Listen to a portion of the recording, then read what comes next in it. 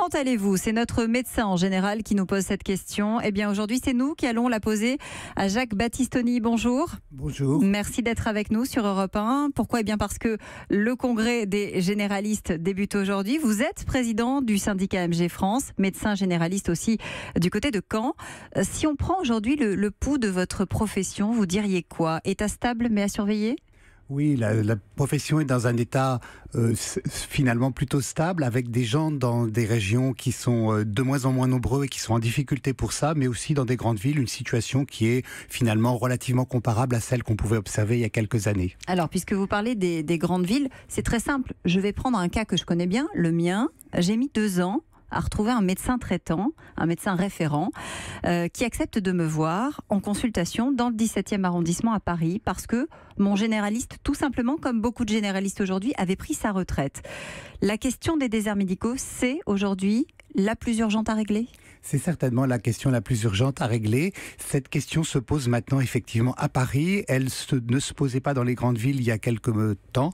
Maintenant, à Paris même, il est difficile pour vous, comme pour d'autres, de trouver un médecin traitant, parce qu'on a une génération qui est ma génération finalement, celle des médecins généralistes du baby-boom, qui va partir à la retraite un petit peu tous en même temps.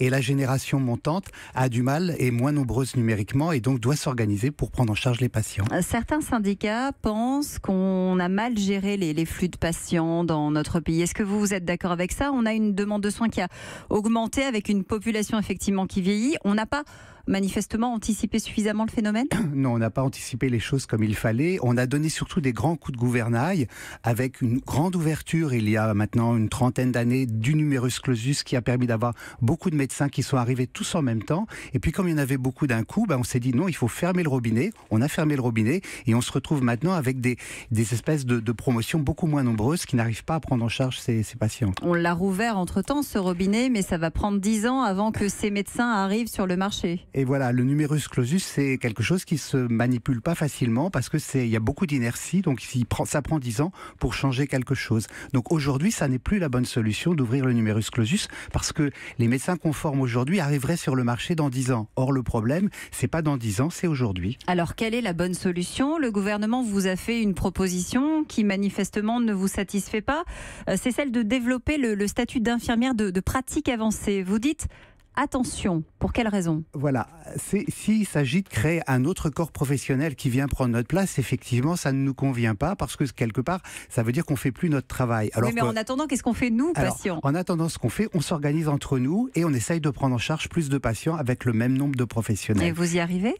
C'est possible, dès lors qu'on a des moyens. Aujourd'hui, en France, on n'a pas les mêmes moyens dans un cabinet de médecine générale que dans d'autres pays comparables.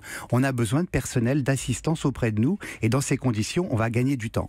Mais est-ce que ça n'est pas toujours mieux d'avoir une infirmière que personne, ou de se rendre aux urgences, par exemple, où on risque de sursaturer les services? Oui, alors clairement, on n'est pas contre le fait de travailler, et on le fait déjà dans certains cabinets, moi je le fais aujourd'hui, de travailler avec une infirmière. Simplement, ce qu'on veut, c'est que ça ne soit pas en parallèle, mais que ça soit avec nous. On veut travailler en équipe. C'est d'ailleurs la revendication. On ne contourne pas le médecin traitant. On ne contourne pas le médecin traitant, on le garde au sein de l'équipe, et il s'organise avec les autres, il fait une organisation, et il travaille de façon à prendre en charge plus de patients.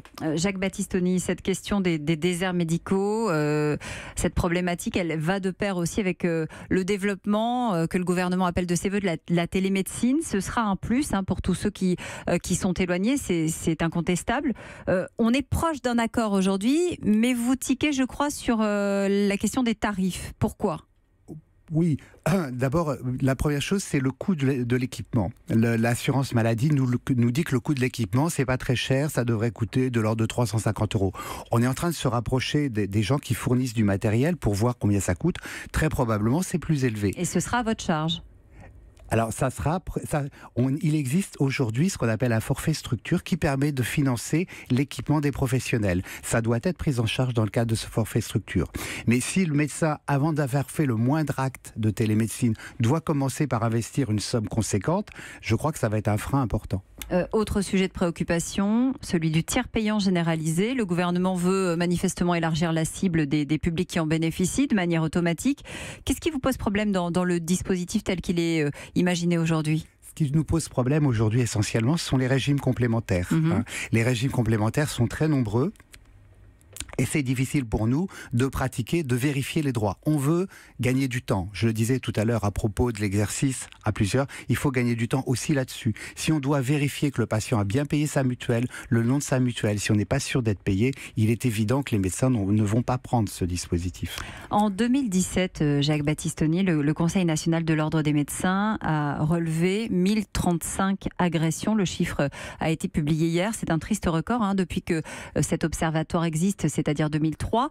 Ce sont justement les généralistes qui sont le plus souvent touchés. Alors, dans 6 cas sur 10, ce sont des agressions verbales, mais il y a quand même 7% d'agressions physiques.